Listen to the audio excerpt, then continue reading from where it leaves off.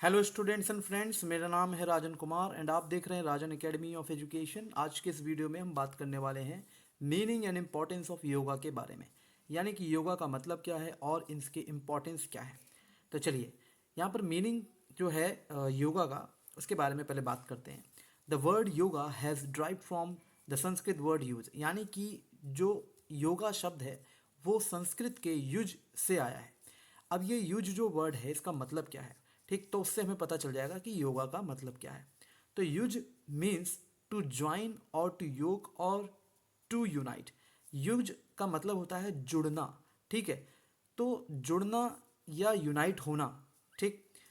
यहाँ पर युज का मतलब क्या बताया है, जुड़ना, ज्वाइन होना और यूनाइट होना। It is a system of exercises, ये एक सिस्टम है पूरा एक्सरसाइजेस का, जिसमें बॉडी जो है, ठीक है, body which involves breath control, जिसमें ब्रीथ कंट्रोल सिखाया जाता है, ठीक है, जिसमें हम ब्रीथ कंट्रोल के बारे में सीखते हैं। एंड ये हमारी बॉडी को रिलैक्स करता है, हमारे माइंड के लिए, ठीक है, माइंड को रिलैक्स करता है। हमारी बॉडी और माइंड दोनों इसमें रिलैक्सेशन में होते हैं। जब हम योगा की एक्सरसाइजेस करते हैं तो उससे हमारा माइंड एंड बॉडी रिलैक्सेशन में आ जाते हैं। Connect us with the universe, ये हमें यूनिवर्स से कनेक्ट करता है। Through yoga emotions are balanced.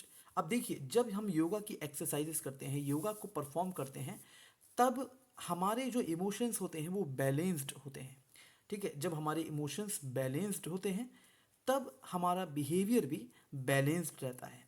ऐसा इसलिए होता है क्योंकि अगर हमारा माइंड, अब इमोशंस जो है वो माइंड से कनेक्टेड है, तो हमारा अगर माइंड अच्छा है, इमोशंस से क्या हो रहा है, माइंड अच्छा हो रहा है।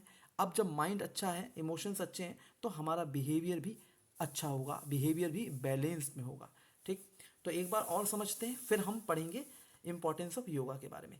The word yoga has drive from the Sanskrit word use, यानी कि जो योगा नामक जो शब्द है, ठीक, योगा, ठीक, वैसे तो योग होता है, लेकिन जब हम इंग्लिश में पढ़ते हैं इसको तो योगा लोग यूज करते हैं, ठीक है, योगा।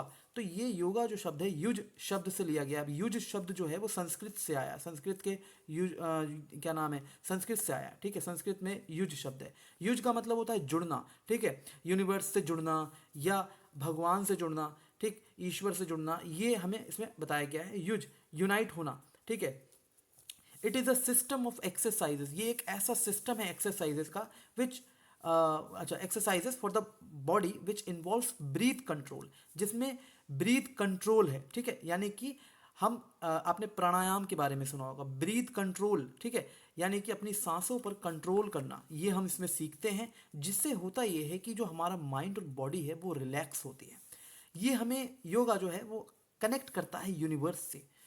हम योगा के थ्रू इमोशंस को अपने बैलेंस कर सकते हैं, योगा के थ्रू हमारे इमोशंस बैलेंस्ड रहते हैं। अब अगर हमारे इमोशंस, हमारा माइंड बैलेंस्ड रहेगा तो हमारा जो बिहेवियर है वो ऑटोमेटिकली बैलेंस्ड रहेगा। ये हम यहाँ पर मीनिंग समझते हैं। आप ये जो पूरा ये है मीनिंग, आप एज इट इज़ इसको लर्न करके समझ के अपनी लैंग्वेज में भी लिख सकते हैं, और अपने एग्जाम्स में जो भी आपका जब क्वेश्चन पेपर में अगर आपसे ये क्वेश्चन पूछा जाता है what is the meaning of yoga, तो आप ये पूरा जो यहाँ पर लिखा हुआ है इसका मीनिंग आप लिख सकते हैं, ठीक है। इसको समझिए अच्छे से। चलिए अब हम बात करते हैं इम्पॉर्टेंस ऑफ योगा। अब योगा का इम्पॉर्टेंस क्या है ये हमें समझना होगा, यानी कि योगा को क्यों परफॉर्म करना चाहिए, योगा का महत्व क्या है हमारे लिए, ठीक। तो देखिए बहुत सारे महत्व हैं योगा के, हम यहाँ पर कुछ इम्पॉर्टेंस देख लेते हैं, ठीक। इम्पॉर्टेंस कुछ मैंने यहाँ पे आपको बताए हैं और मैं इनको अभी एक्सप्लेन भी कर दे रहा हूँ। देखिए पहले तो 1 2 3 4 5 6 7 8 जो इम्पॉर्टेंस ऑफ योगा हमने यहाँ पे लिखे हैं। अब मैं आपको बारी बारी से एक एक करके समझाता हूँ। आप लोग चाहें तो नोट्स बना लीजिए, चाहे आप इसको बार बार सुन लीजिए इस वीडियो को, ताकि आपको अच्छे से समझ में आ जाए। तो देखिए सबसे पहला जो इंपॉर्टेंस हम पढ़ रहे हैं यहाँ पे वो ये है, यानी कि योगा का महत्व जो है वो ये है, improves strength, balance and flexibility. देखिए योगा जब हम परफॉर्म करते हैं, अब कुछ आसन उसमें ऐसे भी होते हैं जिसमें हमें एक पाँव पे खड़ा होना होता है, या हम अपने दोनों पैरों पे खड़े हैं या हाथों पे खड़े हैं। इस तरीके के जो भी हमारे पास आसन हैं योगा में, हम आसन को परफॉर्म करते हैं, तो इनसे होता ये है कि हमारी जो स्ट्रेंथ है बॉडी की वो बढ़ती है, यानी कि हमारी हड्डियां मजबूत बनती हैं, स्ट्रेंथ हमारे अंदर आती है। ठीक, ऐसे आसन करने से। और वो हैं कैसे, किसके अंतर्गत आते हैं? ठीक, वो है योगा के अंतर्गत आसन। तो योगासन जब हम परफॉर्म करते हैं तो कुछ आसन ऐसे होते हैं जिनसे हमारी हड्डियां मजबूत बनती हैं। ठीक, और हमें स्ट्रेंथ आती है, हमारे अंदर स्ट्रेंथ आती है। बैलेंस, अब यहाँ पर हम बैलेंस करना सीखते हैं अपनी बॉडी को योगा के अंतर्गत। ठीक है, कई सारे आसन परफॉर्म करके हमारी बॉडी को बैलेंस करना सीखते हैं, हमारे माइंड को बैलेंस करना सीखते हैं।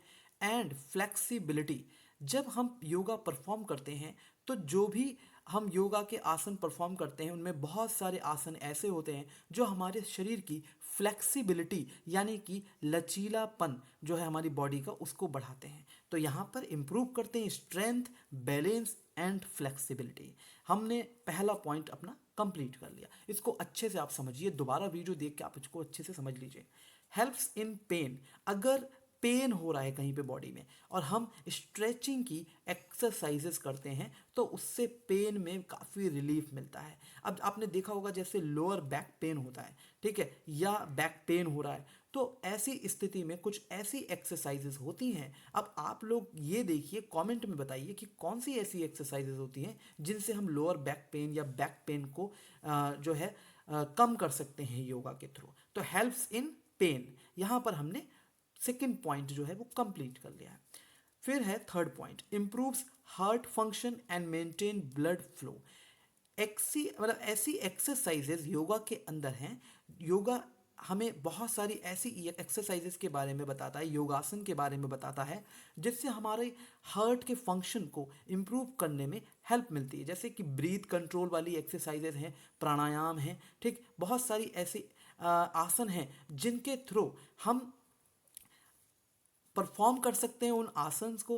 अब उन आसनास को हम जब परफॉर्म करते हैं तो उससे हमारा ब्लड सर्कुलेशन अच्छा होता है, ब्लड फ्लो अच्छा होता है। ठीक, जिससे कि ऑटोमेटिकली या इनडायरेक्टली हार्ट फंक्शन इम्प्रूव होता है। ठीक, ब्लड सर्कुलेशन ठीक होता है। अब जब ब्लड सर्कुलेशन ठीक होगा तो हमारा हार्ट भी अच्छे से फंक्शन कर पाएगा।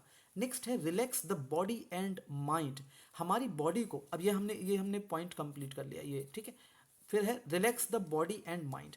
अब जो हमारी बॉडी होती है और माइंड होता है उसको रिलैक्सेशन देता है। आपने देखा होगा कई सारी एक्सरसाइजेस, कई सारे आसन ऐसे हैं, ठीक है, मैं आसन ही बोल रहा हूँ पर एक्सरसाइजेस जो हैं वो मुंह से मेरे वर्ड निकल जा रहा है एक्सरसाइजेस, तो इसको आसन कहना ज़्यादा मतलब सही रहेगा, अच्छा रहेगा। तो कुछ आसन ऐसे हैं, या मैं यहाँ पर ये कह सकता हूँ कि कई आसन ऐसे हैं जिससे हमारी बॉडी रिलैक्सेशन में रहती है। जैसे कि एक है निद्रासन, ठीक है, हाँ, ठीक, योग निद्रा है, निद्रासन नहीं, योग निद्रा। ठीक, तो योग निद्रा के अंतर्गत आपकी जो बॉडी और माइंड बहुत रिलैक्स हो जाते हैं अगर आप इसमें जो है योग निद्रा परफॉर्म करते हैं। ठीक है, योग निद्रा परफॉर्म करते हैं जब आप, तो आप यहाँ पर अपने माइंड को, ठीक है, और बॉडी को रिलैक्सेशन देते हैं। फिर है, अच्छा, इसमें एक और भी आसन है शव आसन। ठीक है, शव आसन भी आपकी जो बॉडी को रिलैक्स करता है, आपके माइंड को एक रिलैक्सेशन प्रदान करता है। फिर है रिड्यूसेस स्ट्रेस। ठीक है, स्ट्रेस, जब हम स्ट्रेस में होते हैं और हम आसन परफॉर्म कर लें, ऐसे आसन जैसे प्राणायाम हो गया या और भी कई तरीके के आसन हैं जो हमारे स्ट्रेस को कम करते हैं। तो जहाँ तक स्ट्रेस का सवाल है, अगर हम योगा डेली परफॉर्म करते हैं, योगा के आसन डेली परफॉर्म करते हैं, बहुत सारे आसन जो स्ट्रेस को कम करते हैं, तो ये हमारे स्ट्रेस को बिल्कुल फ्री कर देता है। स्ट्रेस होता ही नहीं है फिर हमें, और अगर स्ट्रेस होता है तो बहुत ही लिमिटेड होता है, बहुत ही लिमिटेड होता है। और इससे जो है वो डिप्रेशन की जो प्रॉब्लम हमें कभी अगर होती बाई चांस किसी भी वजह से, तो वो नहीं होते हैं, हम डिप्रेशन में जाने से बच जाते हैं। या यदि किसी को डिप्रेशन है और वो एक्सरसाइजेस परफॉर्म करता है, आसन परफॉर्म करता है योगा से रिलेटेड, योगा के जो भी आसन योगा में बताए गए हैं स्ट्रेस को कम करने के लिए, डिप्रेशन को कम करने के लिए, तो उससे काफ़ी हद तक डिप्रेशन में या बिल्कुल पूरी डिप्रेशन को ख़त्म करने में हेल्प मिलती है। इम्प्रूव्स डाइजेशन, हमारा जो हम खाना खाते हैं वो हमारा जो खाना जब हम खा लेते हैं उसके बाद पाचन क्रिया के थ्रू वो पच जाता है। लेकिन अगर हमारी पाचन क्रिया सही से नहीं परफॉर्म हो रही है, यानी कि डाइजेस्टिव सिस्टम अगर हमारा सही से काम नहीं कर रहा है, तो वो हमें कहीं ना कहीं प्रॉब्लम क्रिएट करेगा खाना। ठीक है, तो खाना जो है वो सही से डाइजेस्ट हो जाए, ठीक, इसके लिए कई आसन हम परफॉर्म कर सकते हैं। और अगर हमें अपनी बॉडी से टॉक्सिक एलिमेंट्स वगैरह निकालने हैं, ठीक है, थ्रू अगर हम यहाँ पर बात करें, जैसे अगर हम डाइजेशन के जो सिस्टम्स हैं, ठीक है, डाइजेशन का एक पूरा सिस्टम, डाइजेस्टिव सिस्टम जिसको कहते हैं, तो डाइजेशन प्रोसेस में भी कई सारे हमारे ऑर्गन्स जो हैं वो काम करते हैं, ठीक है, और उनको इम्प्रूव करने के लिए भी योगा में बहुत सारे ऐसे आसन बताए गए हैं जो हम मॉर्निंग में भी कर सकते हैं, ठीक है। उसमें यह भी बताया गया है कि हमें किस तरीके से पानी पीना चाहिए, और सुबह हमें हल्का गुनगुना पानी पी सकते हैं, जिससे हमारा डाइजेस्टिव जो भी पाथ है वो बिल्कुल अच्छे से कार्य करता है। तो ये बहुत सारी चीज़ें योगा में बताई गई। तो योगा का ये महत्व है, देखिए आप क्या योगा का महत्व है कि हमें हर तरह से स्वस्थ और सुरक्षित रखने का जो है वो हेल्प कर रहा है हमें। फिर है वेट लॉस। वेट लॉस जो है कि अगर किसी का वेट लॉस हो रहा है या वेट लॉस हो ही नहीं रहा है, ठीक है, दोनों में हेल्प करता है।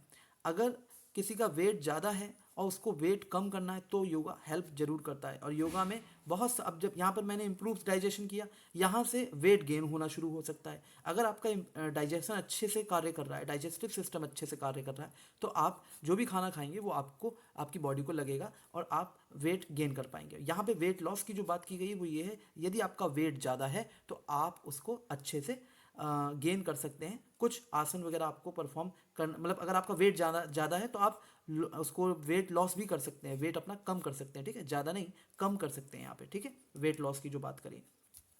फिर है रिमूव्स एंजाइटी। तो कई बार ऐसा होता है, कई स्टूडेंट्स या फ्रेंड्स या बहुत सारे लोग एंजाइटी के शिकार होते हैं, यानी कि उनको बिल्कुल किसी से बोलना चालना या सोसाइटी में जाना आना पसंद नहीं होता है, उनको बहुत एंजाइटी होती है या डिप्रेशन की वजह से उनको एंजाइटी क्रिएट हो जाती है उनके अंदर। तो ऐसे में अगर हम योगासन परफॉर्म करते हैं तो उससे काफ़ी हद तक एंजाइटी में हेल्प मिलती है, एंजाइटी को रिमूव करने में हेल्प मिलती है। तो students, these are the importance of yoga.